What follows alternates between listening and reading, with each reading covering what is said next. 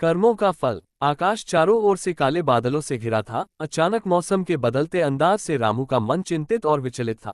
वह वृद्धा आश्रम के बरामदे में बैठा देख रहा था प्रकृति का अजब खेल। असीम शक्ति के परिवर्तन की लीला ने आकाश में वज्र की गर्जन के चक्रव्यूह ने अभिमन्यु की तरह ही अब धरती को घेर रखा हो, जिसमें अभिमन्यु का कोई दोष नहीं बल्कि मानव की अत्यधिक परिग्रह की नीति। आकाश का काला बादल रंग मोहित नहीं बल्कि मन को आहत करने में जुटा था। वज्र की गर्जन हृदय को चीरती हुई किसी अनहोनी होने का संकेत मन मस्तिष्क को दे रही थी। रामू अपने विचलित मन में विचार करने लगा कि मानव धरा पर सब भौतिक साधनों से संपन्न होने के बाद भी आज भी मानव उस शक्ति के ही आसीन है जिसे मानव समय समय पर बार बार चुनौती देता आ रहा है कि मानव ही अब बादशाह बन गया है। साथ ही मानव की बुद्धि में उपजा मैं कि उसका कोई कुछ भी नहीं बिगाड़ सकता। रामू अपने विचलित मन को समझते हुए शांत करने में लगा कि शायद मानव के मैं को कम करने के लिए समय समय पर बार बार प्रकृति अपना अनोखा अंदाज तांडव रूप ही दिखाती हो कि आज भी वह असीम शक्ति ही परम शक्तिशाली है, मानव नहीं। उद्धरण चिन्ह। रामू का मन उधेड़ बुन में लगा था कि अचानक घोर अंधेरे में तड़तड़ाती बिजली की चमक में उसकी नजर वृद्धा आश्रम के दरवाजे पर खड़े दो अनजान व्यक्तियों पर पड़ी, जो बार बार मुंह को ढकने की जदोजहद में लगे थे। तेज बारिश के साथ हवा के झोंके उन्हें कोई मौका नहीं दे रहे थे। भीग जाने के कारण ठंड से उनकी हड्डियां कपकपा रही थी। तुरंत रामू बिना अपनी परवाह करे तेज बारिश में गेट की ओर तेजी से भागा। दोनों वृद्धों को अपने कंधों का सहारा देकर बरामदे तक ले आया। रामू के उदार मन के हौसले को देखकर आश्रम के सभी वृद्ध अपने मन में अपने को सुरक्षित महसूस करते हुए अनाथ होने पर भी अपनेपन की सुखदास की अनुभूति का रस लेने में लगे थे। बरामदे में सभी वृद्ध उन दोनों की मदद करने में जुट गए। रामू रात्रि के भोजन की तैयारी के लिए रसोई की ओर बढ़ा। रात्रि के भोजन के समय रामू बड़ी प्रसन्नचित मन से कृष्ण का एक रटा हुआ भजन गुनगुनाते सबको भोजन कराने में लगा था। जब वह भोजन परोसते परोसते आज आए नए वृद्धों के पास पहुंचा तो उन्हें देखकर रामू स्तब्ध शांत खड़ा रह गया। उनको देखकर उसका मन अपनी आंखों पर विश्वास ही नहीं कर पा रहा था कि यह वही लाला और अधिकारी है जो कभी भगवान की आस्था का मजाक उड़ाते थे। धन के मद में चूर जो मुरादाबाद शहर को खरीदने में नेताजी के साथ दिन रात एक किया करते थे। आज उनकी ऐसी दयनीय दशा देखकर रामू की आंखों से अनायास आंसू निकल आए। पूरा माहौल भावनात्मक संबंधों के बीच दूरी कम करने में लगा था। लाला और अधिकारी दोनों ने रामू को हाथ जोड़कर थाली में रोटी देने का इशारा किया क्योंकि वह दोनों कई दिनों से भूखे थे। रामू लाला और अधिकारी के सामने घुटनों के बल बैठकर हाथ जोड़कर कहने लगा, लाला जी यह क्या हो गया। लाला जी ने तुरंत जवाब दिया, तू ही तो हमें कहता रहता था कि सब प्रभु का बनाया मायाजाल है। संसार में सब लेवा देवी का चक्रव्यूह बुना है। सब अपने पूर्व जन्मों के कर्जों को अदा करने के लिए जगत में आते जाते रहते। जब जिस जीव का कर्ज अदा हुआ वह जीव अनायास ही छोड़कर खुद ही पलायन कर देता, जैसे तू जो बिना बताए अचानक शहर से गायब हो गया। तभी अधिकारी ने अपनी आंखों से आंसू पोंछते कहा, हमारे पास अब कुछ देने को नहीं बचा है। शायद तेरे पर ही हमारा कुछ कर्ज बचा हो जो अदा करने के लिए भगवान ने फिर से तुझसे हमें मिला दिया। जिस दिन तेरा कर्जा पूरा हो जाएगा हम भी चले जाएंगे। ये सुनते ही रामू की आंखों से आंसू झलकने लगे और कहने लगा, लाला जी मुझे याद है वह दिन जब मैं 8 वर्ष का अनाथ बालक था। आप लोगों के रहम दया से ही मुझे 10 साल आपकी सेवा करने का मौका मिला। उसके बाद अधिकारी जी के यहाँ 8 वर्षों तक सेवा करने का मौका मिला।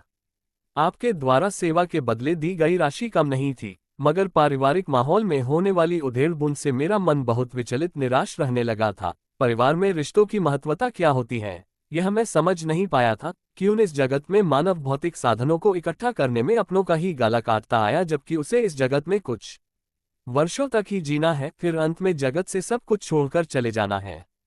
रामू आंखों से आंसू पोंछते पोंछते कहने लगा, इन सब बातों को जानने समझने के लिए मैं लगभग 20 साल तक वैराग्य का रूप लिए अनेकों धार्मिक आश्रमों में अपनी सेवाएं देता रहा। सभी आश्रमों में सिर्फ मानव आध्यात्मिकता के नाम पर भौतिक साधनों से जीवन जीने शैली की होड़ में लगे थे।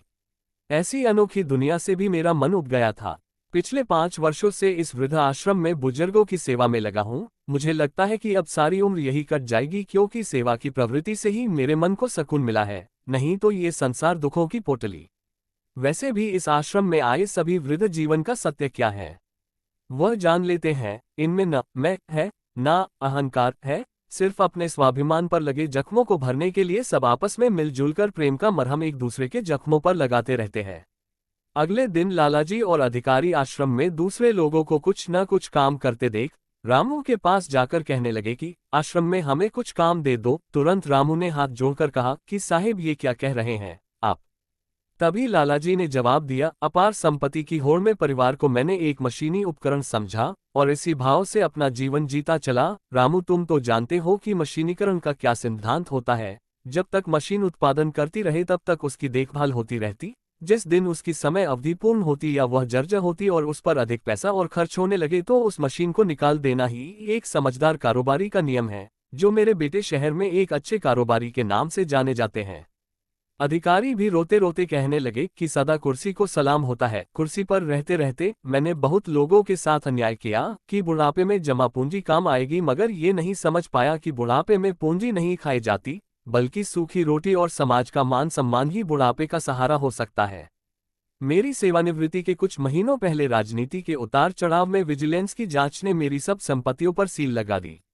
इस घटना ने पूरे परिवार को तितिर बितिर कर दिया। मेरी पत्नी इस हादसे को सहन नहीं कर पाए और वो चल बसी। मुझे समाज से मिलने वाले भ्रष्ट अधिकारी के तानों से मेरे बेटे बहू ने घर से बाहर निकाल दिया। शुक्र रहा कि लालाजी ने मुझे आत्महत्या नहीं करने दी। पिछले 1 वर्ष से हम दोनों एक दूसरे का सहारा बनकर दर दर की ठोकरें खा रहे हैं। अब दोनों इस जीवन की सच्चाई को जान गए हैं और आज एक एक दाने को मोहताज हैं। रामू ने बड़े शांत भाव से कहा कि अन्न इस पृथ्वी पर पेट भरता है, उसका आदर ही अन्न देवता को प्रसन्न रखता है। लालाजी, आप दोनों ने शराब के नशे में हर बार अन्न देवता का अपमान किया है। वह रूठे हैं, जिस कारण आपके जीवन में अन्न की कमी की परेशानियां हुई हैं। आप फिर से इस वृद्ध आश्रम की जमीन पर अन्न उगाओ और खुशी से सभी को बांटो, तो अन्न देवता कुछ खुश होंगे, क्योंकि प्रकृति पर सबका अधिकार समान है। रामू के चेहरे की हंसी और उसके शांत मन को देखकर अधिकारी जी लालाजी से कहने लगे कि अरे लाला, लोगों का पेट काटा, सबकी बद्दुआएं ली कि बुढ़ापे में 2 वक्त की सुकून से रोटी नसीब हो सके, मगर हमसे तो अच्छा ये हमारा नौकर रामू ही निकला, जिसका ना कोई घर बार और ना कोई उसके आगे पीछे, सिर्फ अपने मानव जीवन के सत्य मूल कर्तव्यों को निभाता चला आ रहा है। मन में न किसी के लिए छल कपट, न ही दुश्मनी। फिर लालाजी ने जवाब देते अधिकारी से कहा, मैं तो ठहरा कम पढ़ा लिखा, पर तूने तो अपने वक्त की उच्च कोटि की परीक्षा पास कर अधिकारी बना। क्या तुझे मालूम नहीं चला कि हमारे जीवन का असल लक्ष्य क्या है? हम जो करते आए, क्या वह हमारे जीवन के लिए उचित था? और इसी मंथन को मन में उलझाए दोनों बरामदे में टहलने लगे। अचानक आश्रम में पुलिस और अधिकारियों का जमावड़ा जमने लगा और सभी वृद्धों के मन में एक ही भय था कि अब ये आश्रम भी हम सबसे छीन जाएगा, क्योंकि पिछले 10 वर्षों से लालाजी द्वारा ही अपना मालिकाना हक के लिए गेंदामल कंपनी ने आश्रम की जमीन पर मुकदमा किया था।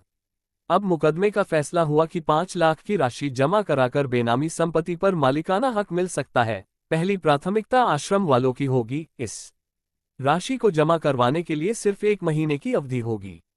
आज उस कंपनी का मालिक लालाजी नहीं, बल्कि उनका बेटा रोहित है। वह हर हाल में वृद्ध आश्रम को तोड़वाकर इस जमीन पर होटल बनवाना चाहता है। आश्रम की दीवार पर लगे नोटिस को देख सभी वृद्ध लाला को कोसते रहे, मगर रामू के अलावा कोई नहीं जानता था कि कल रात जो 2 वृद्ध व्यक्ति आए हैं, वह लाला और अधिकारी थे। अधिकारी ने इस आश्रम की जमीन पर मुकदमा लाला से गेंदामल कंपनी बनवाकर करवाया था। आज अधिकारी अपने आप को कोस रहा था कि मैंने ऐसा क्यों किया।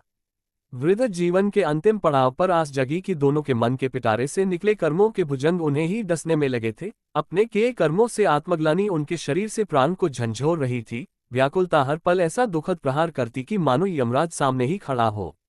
आज उनके स्वयं के मन का दीप धीरे धीरे अपने लौ को समाप्त करने में लगा था। लाला ने अधिकारी से कहा, हमारे द्वारा किए गए कर्मों से ही बेसहारा अनाथ लोगों को दुख मिला है। हमने तो सोचा था कि अपने कर्मों को स्वयं ही भोगना पड़ता है, मगर आज हमारे कर्मों के द्वारा ही आज ये फिर उजाड़ जीवन जीने को मजबूर होंगे। अधिकारी ने लाला को शांत रहने को कहा, यदि आश्रम वासियों को पता चला कि मैं अधिकारी और तुम लाला हो तो इन सभी का आक्रोश हमें मार डालेगा। लाला ने अधिकारी से कहा कि अगर यह हमें मार डाले तो अच्छा है, इस असहाय जीवन से तो छुटकारा मिलेगा।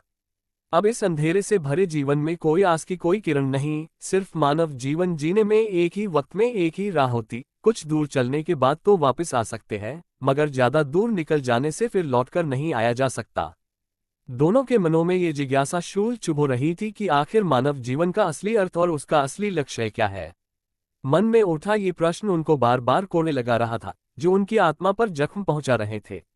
रामू के मुख की लालिमा, उसके शांत मन को देखकर लाला जी और अधिकारी जी को अपना ये जन्म व्यर्थ लगा। जिसका न कोई अर्थ न कोई लक्ष्य, सिर्फ हाड़ मांस का पिंजर जो अपने पेट भरने के साथ भौतिक साधनों के बीच में फंसकर आज अधर में अटक गया। अधिकारी ने उदास मन के मंथन से कहा कि सभी ने जाना है, एक दिन जब परमशक्ति का बुलावा आए, अंत में जाने वाले जीव पर सिर्फ यही चर्चा होती कि जाने वाले जीव ने अपना जीवन कैसे जिया। लाला जी के मन ने भी मंथन करके कहा, हमसे तो अच्छा रामू का जीवन है, जिसे समाज कुछ ही समय सही मगर अच्छा कहेगा, हमें तो समाज जब भी याद करेगा तो बस आक्रोश में वो भी बद्दुआएं देते हुए। राजकुमार, सचिव, विश्व समन्वय संघ, राजघाट, नई दिल्ली 2।